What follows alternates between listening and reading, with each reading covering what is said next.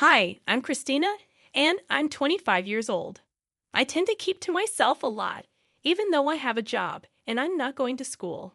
My family, especially my brother, might think I'm lazy because of this. How did I end up like this? Well, it all goes back to when I was in middle school. I've never really trusted people, and that started because of some tough times I had in middle school. Even though I say I don't trust people, there are many reasons why I feel this way. One big reason is that I felt ignored. I'm not exactly sure why, but it seemed like people didn't find me interesting because all I cared about was machines. I've always loved working with computers and I was really good at it. This made me helpful at home. But soon, my grades started dropping because I spent more time with computers and with friends. My parents got worried. By the time I finished elementary school, they were scolding me, asking how long I was going to keep playing with machines. As I moved through middle school, with my parents always scolding me, I started to think maybe I shouldn't be doing what I liked. So I started to spend all my free time alone in my room, away from everyone. I cut off contact with the outside world. This made people at school think I was weird or even dangerous, and I ended up being isolated there too. My only friend during this tough time was my brother Keith. He always knew how to encourage me and make me feel better. With his support, I managed to finish school. But I didn't go to high school.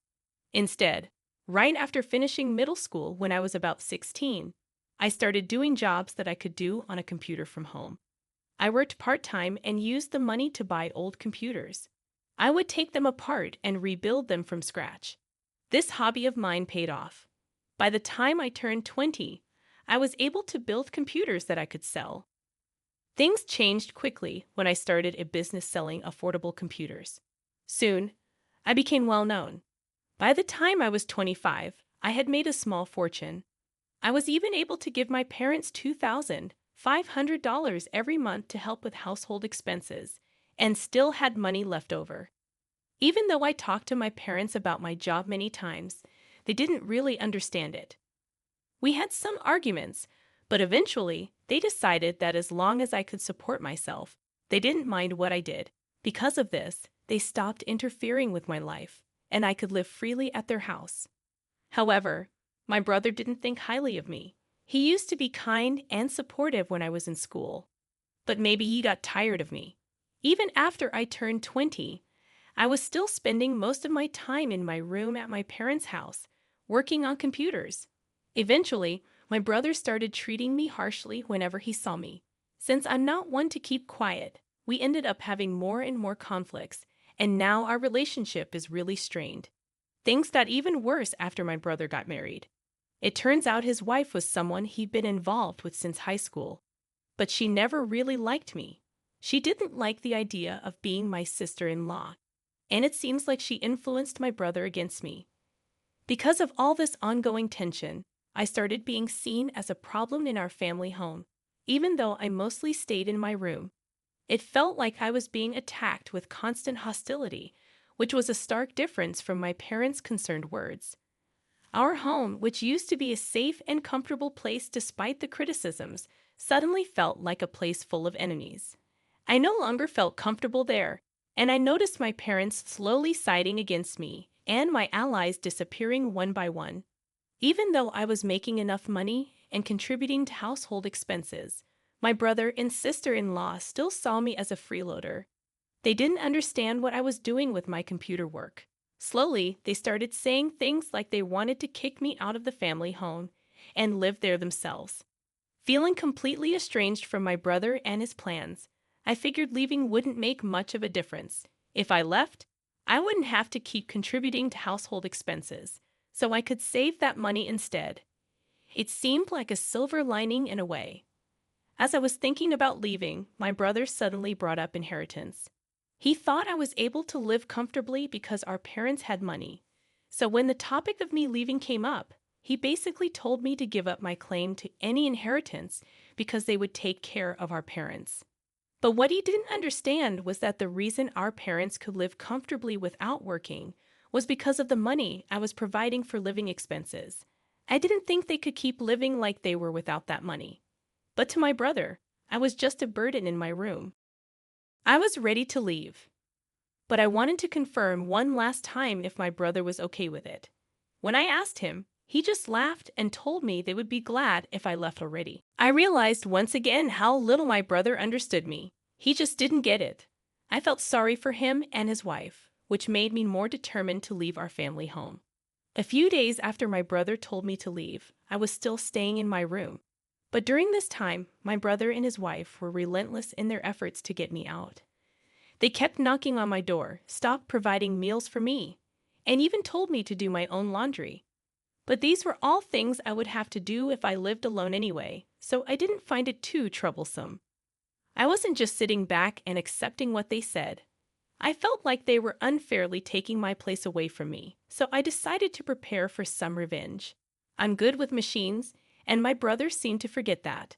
He didn't realize the power I had with access to a computer. I wasn't going to quietly leave just because he told me to. In my brother's eyes, his marriage and me being a shut-in sister was the only chance for our parents to see a grandchild.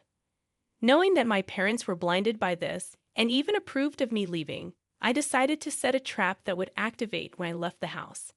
Finally, I found a new place to live, finished all the necessary procedures, and was ready to leave my family home. Just before I left a harsh message for my parents and brother. I reminded them of all the ways I had been providing for the family and accused them of forgetting all the good I had done. I wanted them to realize who the real problem in our family was. My parents seemed surprised for a moment, but they probably believed my brother would somehow manage. In the end, they just brushed off my words as bitterness. I'm sure they didn't take me seriously, but I thought it was better that way for now, so I decided to go ahead and leave the house. I brought a lot of equipment from my family home and bought more items as well as furniture and appliances. I set everything up the way I liked, decorated the place with my favorite style, and made it super cozy. I found myself working even better than before. Living alone was scary at first, but it turned out to be really easy. The locals were friendly, and life was surprisingly comfortable. Since leaving my family home and doing everything on my own, I've been having a great time, experiencing new things. But then, I got a call from my mother. She asked if I did something to our machines. "What do you mean?" I asked. "There's something wrong with the computers and electronics," she said. I had no idea about that. I used to take care of them for free because we were family. But since they treated me badly and kicked me out, even if they're my parents, they'll have to pay the regular price. They accused me of being greedy and asked for a discount, but I refused. I thought to myself, at least my friends don't treat me like this. I was relieved that another trap hadn't been sprung, but I still had to handle the situation with my mother. However, my mother didn't seem to like my reaction. She hung up abruptly, almost like a petulant child. Then she sent me a spiteful email, saying something along the lines of mean kids lose their friends.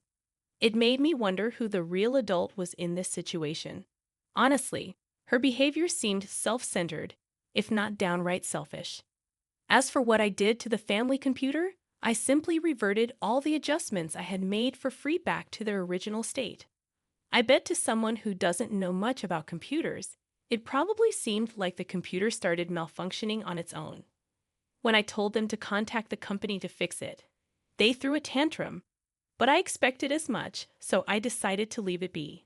6 months after being kicked out of my home, just as I was starting to settle into living alone, my father called me.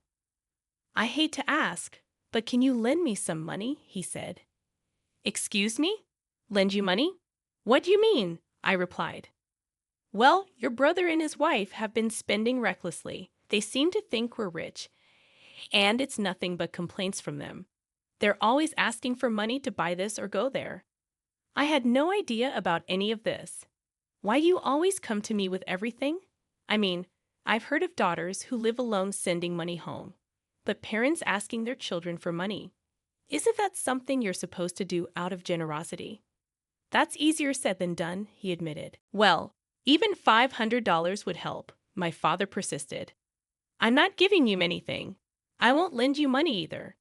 I have no intention of helping you out financially anymore. Of course, if you pay me for my services, I'll work on your machines, I replied calmly. You've really become stingy. I guess what Mom said was true, he grumbled. During my unemployed years, he had the nerve to say things like, You used to do whatever you wanted at home, but I didn't care. I just hung up. My father didn't send any emails, but he started calling me more than twice a day. I thought, what troublesome parents I have. A few days later, my brother, who seemed to be in a bind, called me. When I asked him why they were calling me, he said, Tell me why our family home was wealthy before. He must have had a hunch that their financial situation had obviously worsened since I moved out. But it was too late. My current home was my comfortable place. Both my work and life were entirely contained in this house, and there was no way I was leaving it ever again. Maybe the reason our family was wealthy was because I was contributing $2,500 each month to the household, I replied. I didn't have to contribute that much, but I felt a sense of gratitude for being raised by my parents, so I gave more. So now, why would I continue to financially support a home that I was kicked out of? There's no way I would, right? I added.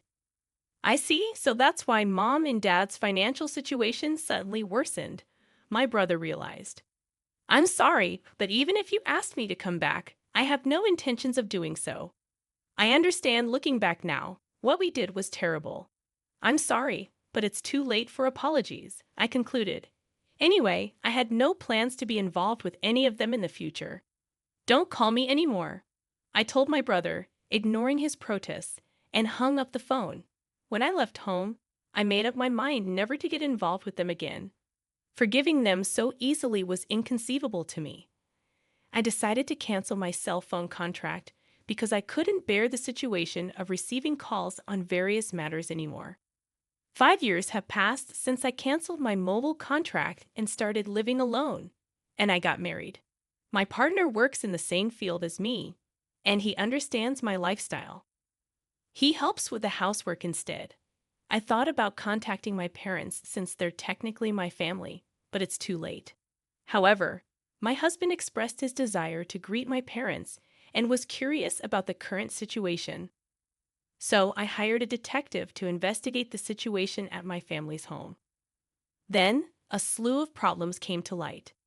After I cut off contact, my parents were desperate to maintain their lifestyle and keep my brother and his wife tied to the family home by borrowing money from various lenders. But they couldn't repay the money, and it accumulated interest, leaving them helpless. Currently, the debt I found from my parents alone exceeded $100,000. The house was used as collateral for the debt, and now it's a vacant lot where our family home once stood. While I felt a bit sad because of my attachment to my family home, I concluded that they reaped what they sowed. I decided to investigate my brother's current situation. He seemed to have suggested a divorce due to his wife's extravagant spending habits, but she didn't accept it. They're currently going through a divorce lawsuit, which is both time and money consuming. My brother's wife hired a lawyer and is resisting the lawsuit, leaving them at an impasse. They don't have children yet, and it's rumored that my brother is infertile. Concerned, I sent the detective to the hospital where they were being treated, and it seems that he really wasn't fertile. This disappointed my parents, who were hoping for a grandchild, and ended the cohabitation. The family home was sold to pay off the debt. That was the pitiful state of my family now. It was evident just from a casual investigation that meeting these people in this state was not advantageous for me or my husband. After all, I have a kind husband now, 4 children, and a dog. We've bought a large home and are living the life that those people idealized. If they knew this fact, they would surely try to take advantage of it. I couldn't bear such a thing. So, as soon as I knew this fact, I went to the local office and arranged so that my information could only be accessed there. I made sure never to get close to those people from my side, and asked my husband to bear with not greeting them for our marriage. My husband looked disappointed, but when I explained the current situation, he seemed to understand, and he hasn't said anything since.